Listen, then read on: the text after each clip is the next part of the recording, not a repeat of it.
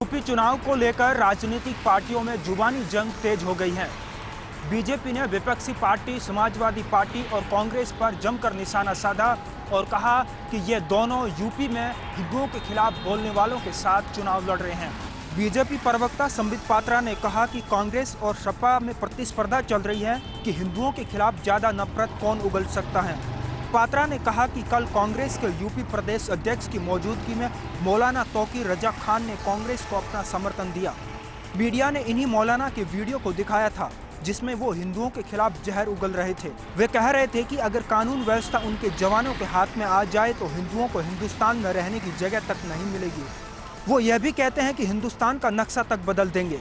संबित पात्रा ने आरोप लगाया कि कांग्रेस ने केरल, कर्नाटक और पश्चिम बंगाल में यही किया। वहीं संबित पात्रा ने समाजवादी पार्टी पर निशाना साधा और कहा केरला से समाजवादी पार्टी प्रत्याशी नाहिद हसन के खिलाफ बीजेपी ने आवाज़ उठाई थी और आज वो जेल में है। साथ ही कहा कि नाहिद हसन वही है जिसने हिंदुओं के खिलाफ जहर उगला था और केरला से हिंदुओं के पलायन के लिए जिम्मेदार थे।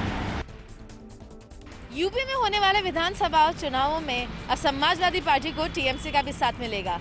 आने वाली 8 फरवरी को टीएमसी प्रमुख और पश्चिम बंगाल के मुख्यमंत्री ममता बनर्जी एक सपा की वर्चुअल रैली को संबोधित करेगी। इसके बाद वो वाराणसी में भी सपा के लिए प्रचार करेंगी। इससे पहले टीएमसी और सपा प्रमुख से एक साथ सार्वजनिक रैली करने की उम्मीद की गई थी, लेकिन कोविड महामारी को देखते हुए चुनाव आयोग की तरफ से लगाई गई पाबंदियों के कारण ये योजना रद्द कर दी गई थी। पिछले महीने टीएमसी सुप्रीमो ने कहा था कि यदि जरूरी हुआ तो उनकी पार्टी उत्तर प्रदेश में आगामी विधानसभा चुनावों के लिए यादव को समर्थन देने के लिए तैयार है। विदित हो कि ममता बनर्जी और अखिलेश यादव के बीच शुरुआत से ही अच्छी केमिस्ट्री रही है। देश की राजनीति में गैर कांग्रेसी धड़े की सिरमौर बनने में जुटी ममता बनर्जी की पार्टी का सपा मुखिया तमाम मुद्दों पर समर्थन कर चुके हैं। गौरतलब है कि ममता बनर्जी अखिलेश यादव के साथ वोट मांगेंगी। बीते दिसंबर में जब ममता बनर्जी ने भाजपा के विकल्प खिलाफ एक सवाल किया था, तब अखिलेश यादव ने कहा था कि मैं उनका स्वागत करता हूं।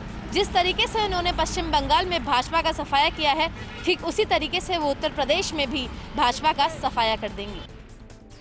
कपड़ा नगरी भीलवाड़ा में विवादित जमीनों के नाम पर हो रहे भ्रष्टाचार की जब शिकायत प्रदेश एसीबी मुख्यालय पर पहुंची तो एसीबी के मुखिया भगवान लाल सोनी और अतिरिक्त महानिदेशक दिनेश एनएम की मॉनिटरिंग में आज एक कार्रवाई को अंजाम दिया गया। तहसीलदार लालाराम यादव के साथ ही उनके मिलने वाले और दलालों के 4 ठिकानों पर एसीबी की स्पेशल टीम ने एएसपी राजेंद्र नैन के नेतृत्व में छापेमारी कार्रवाई की।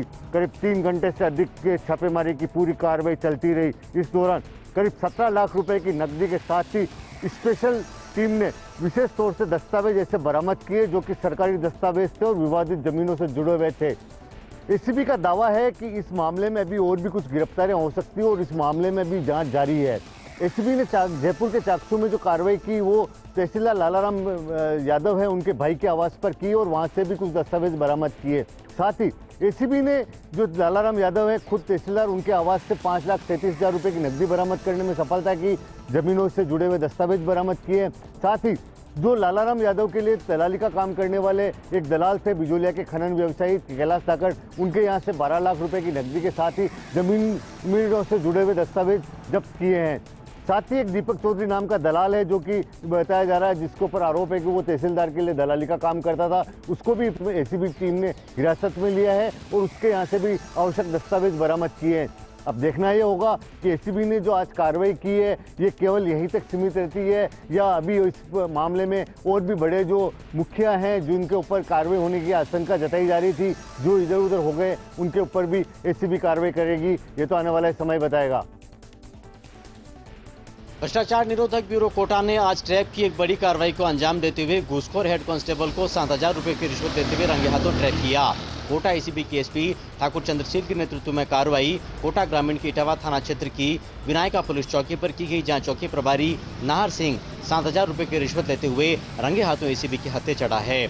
असल में मारपीट के एक मामले में परिवादी को जेल नहीं भेजने की एवज में कुल मिलाकर के 15,000 की रिश्वत देने के लिए लगातार विनायका चौकी प्रभारी की तरफ से धमकाया जा रहा था। परिवादी ने पहले ही घूसखोर हेड कांस्टेबल को 8,000 रुपए दे दिए थे, लेकिन बार बार परेशान किए जाने के बाद परिवादी ने एसीबी की शरण ली और आज चौकी के अंदर ही 7,000 की घूस परिवादी से लेते हुए हेड कांस्टेबल नाहर सिंह को एसीबी ने रंगे हाथों दबोच लिया। बहरहाल इस पूरे मामले में अग्रिम कार्रवाई जारी है।